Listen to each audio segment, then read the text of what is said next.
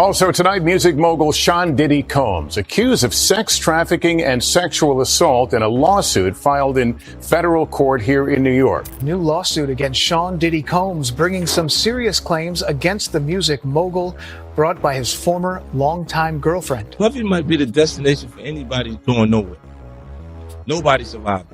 Diddy's troubles aren't a rumor. They're a storm gathering momentum, and 50 Cent is the eye of it. Any hope for a soft landing is gone.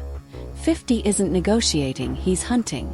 Recently, he resurfaced a video exposing Diddy's abuse of Cassie, a record that had long been buried but is now impossible to ignore. Psychologically, this resonates because it's not just about celebrities. It's about power weaponized against the vulnerable. Diddy's history reads like a map of manipulation, stretching from the corridors of power to the hearts of those he exploited. The question isn't just what 50 has. It's whether anyone could survive once these patterns are laid bare. The real danger isn't 50's aggression.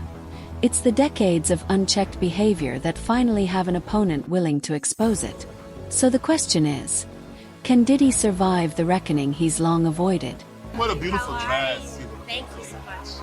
I wanted to ask you, can't wait to see 3 a.m. Yes. The controversy. Yeah.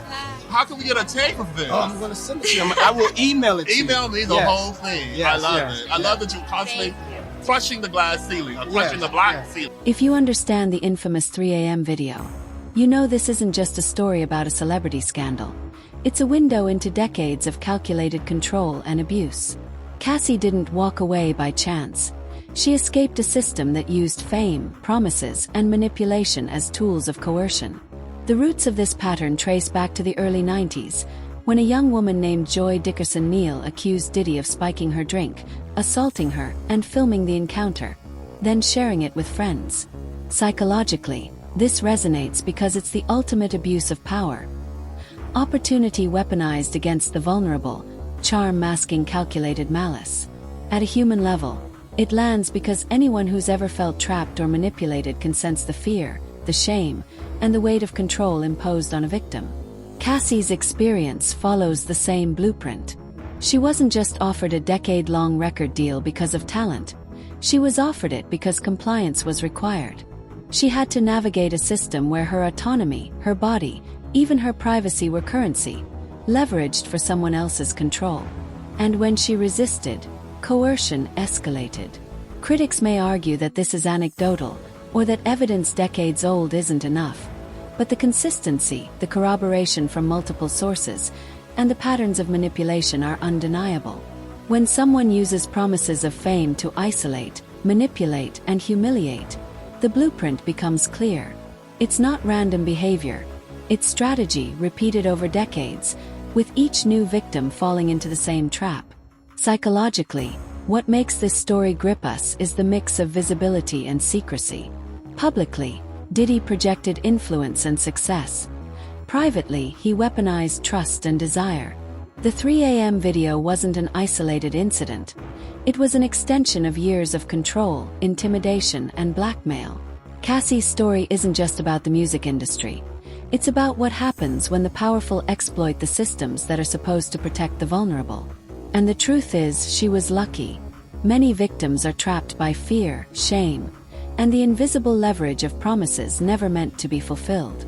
This is where the stakes become real. Patterns like these are not just historical footnotes. They're warning signs for the future. They reveal how influence can distort morality, shield misconduct, and perpetuate cycles of abuse. At a human level, we respond because we recognize the tension between trust and betrayal, hope and exploitation, visibility and secrecy. Forward-looking, the lesson is sharp. Power alone is never neutral, and silence is the predator's greatest ally. Accountability only emerges when someone refuses to comply, when courage interrupts the system. And that's where the story gets uncomfortable. It's not just about a celebrity, a video, or a scandal. It's about recognizing patterns, understanding leverage, and realizing that these systems exist everywhere, waiting for the brave to break the cycle. Cassie escaped, but her story serves as a warning. If the structures protecting victims remain invisible, the next cycle of manipulation is already in motion. The question we're left with is clear. When influence and abuse collide, who will finally stand to dismantle the system before it claims another life? That girl went through some tumultuous shit that she never thought that she would ever have to go through being in the music business. Do you understand that? The darkness of Diddy's control reaches its apex with Cassie, forced to locate male escorts, drugged, filmed, and those recordings held as collateral. Psychologically, this lands because it's intimate terror.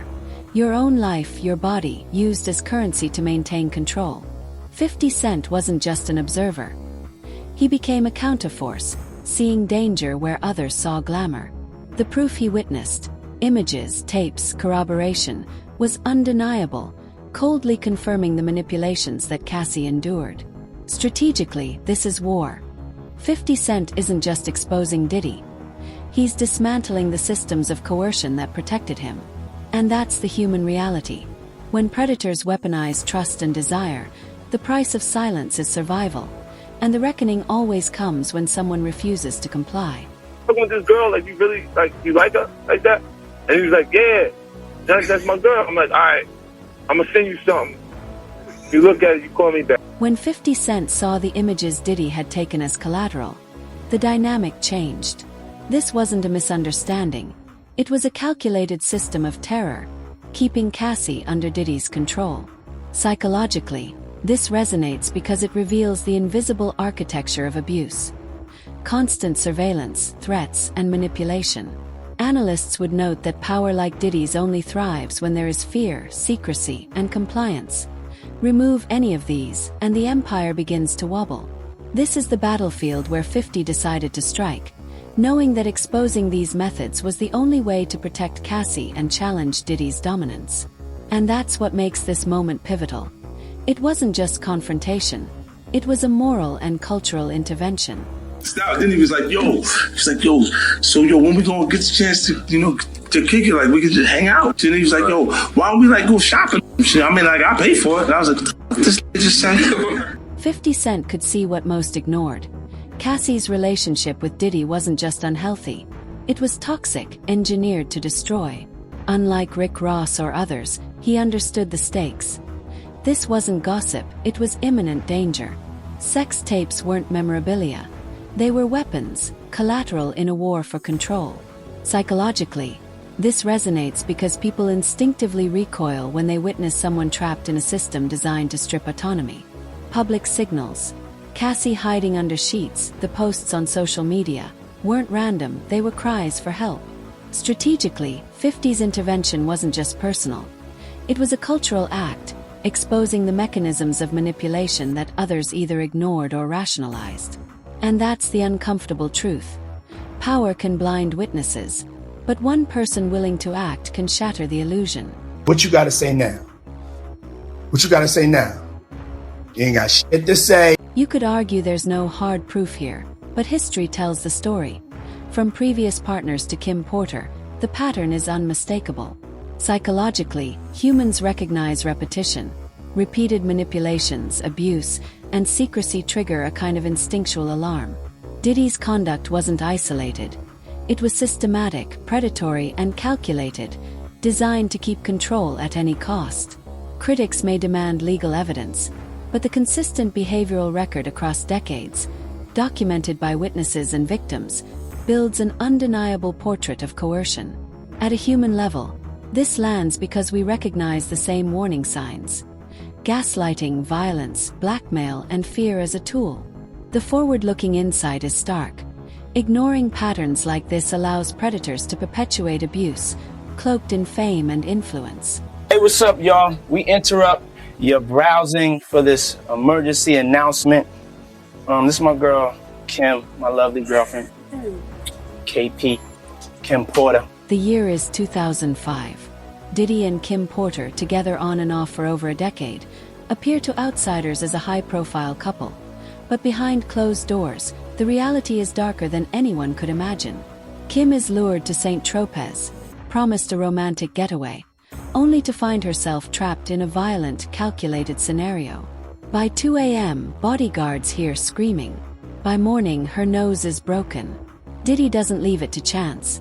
A specialist surgeon is flown in from Geneva to repair the damage and conceal the evidence. Psychologically, this resonates because it's a study in manipulation and control. Charm and glamour masking violence. Public perception carefully curated to hide private terror. The luxury of the yacht becomes a stage for abuse. And the world sees only what Diddy allows. Former bad boy artist Mark Curry corroborates the pattern. Repeated assaults, coercion, surveillance, behaviors that any trained analyst recognizes as the hallmarks of a predator operating under the shield of fame. Wiretaps, monitoring, calculated intimidation. This is a blueprint for control. At a human level, it lands because people instinctively recognize the tension between love, fear, and survival, and how victims rationalize the abuse to protect themselves or others. Kim's story is a cautionary tale about the hidden mechanisms that allow predators to thrive when power goes unchecked. The pattern extends beyond one incident or one partner. From Cassie to Misa Hilton, similar methods emerge. Manipulation, coercion, exploitation of trust. Strategically, exposing these behaviors isn't just about scandal. It's about accountability and dismantling the systems that protect abusers. Forward-looking, the lesson is clear. When power and secrecy intersect, only courage and exposure break the cycle. And that's the uncomfortable question we're left with. How long can influence shield cruelty before the truth inevitably surfaces? On a yacht? Wow, I ain't hear about that. Broke him. Let's say allegedly, but it was told by people in her camp that he broke Kim's nose on a yacht. Mark Curry, a former bad boy artist, corroborates the violence. Repeated assaults, manipulation, and psychological terror inflicted on Kim Porter. Wiretaps, surveillance, controlling behavior. These aren't mere quirks. They're hallmarks of someone treating human beings as instruments for control. Psychologically, this resonates because people recognize the signs of obsession disguised as care or love. Critics may dismiss Mark's claims due to past disputes over publishing rights, but the consistency with multiple victim accounts exposes a systemic pattern. Forward-looking, it warns that wealth and reputation don't prevent abuse from leaving traces, and when they are exposed, the cultural reckoning can be profound. Speaking of Kim Porter, because you knew Kim Porter, is it true that Diddy broke her nose? Bust the nose, man. Diddy's manipulations weren't limited to one victim. They formed a pattern, a blueprint of control repeated over decades. From Cassie to Kim Porter to Misa Hilton, the methods are chillingly consistent. Coercion, surveillance, and the weaponization of trust. Drinks laced to reduce inhibition. Wiretaps to monitor conversations. Promises twisted into chains. The blueprint is unmistakable. Psychologically, this resonates because people instinctively recognize repetition. When the same tactics appear again and again across time and victims, it signals deliberate, calculated control. Charm and fame mask the cruelty, but the pattern is impossible to ignore. Former bad boy artist Mark Curry corroborates this system. He recounts witnessing assaults, repeated manipulation, and constant monitoring. Behaviors that are not quirks, but hallmarks of a predator who treats human beings as instruments of control. Critics will argue about bias, that Mark had disputes over publishing rights. But the truth is, anyone who has worked closely with Diddy eventually encounters the same patterns. When power is used to silence, intimidate, and dominate, the consistency of those actions becomes undeniable evidence in plain sight. Forward-looking, this is more than a story of scandal. It's a warning. Influence and wealth cannot shield predation, and silence is the predator's most powerful tool. Cultural systems often reward power, but when patterns of abuse are exposed, they force accountability. At a human level, this lands because we recognize the tension between freedom and control, trust and betrayal, visibility and secrecy. And that's the uncomfortable question we're left with. When the architecture of manipulation is revealed, who will finally stand to dismantle it before it claims another victim? Former model and longtime girlfriend of entertainer Sean Diddy Combs, Kim Porter, was laid to rest yesterday in her hometown of Columbus, Georgia. Funeral taking place at Cascade Hills Church. Porter leaves behind 3 children with Coombs and an older son by singer Al B. Shore. Kim Porter's death reignited suspicion, yet the autopsy revealed pneumonia, and Diddy wasn't present. But the public instinctively connected the dots, reflecting the shadow cast by decades of abuse and secrecy. Psychologically, this resonates because people remember trauma, even when the legal record is silent. Porter's alleged book at the time, her voice poised to expose private truths, illustrates the power of narrative to challenge protected legacies. Forward-looking, it's a stark lesson. Silence shields abusers, but stories, testimony, and courage can outlive even the most powerful, reshaping history and accountability long after the individuals themselves are gone. And that's the uncomfortable question. When fame, secrecy, and manipulation collide, who will finally stand to break the cycle? It was alleged that she did have a book and that her book was about to come out. And she was talking about all the perils, everything that she went through in the music business and with Diddy.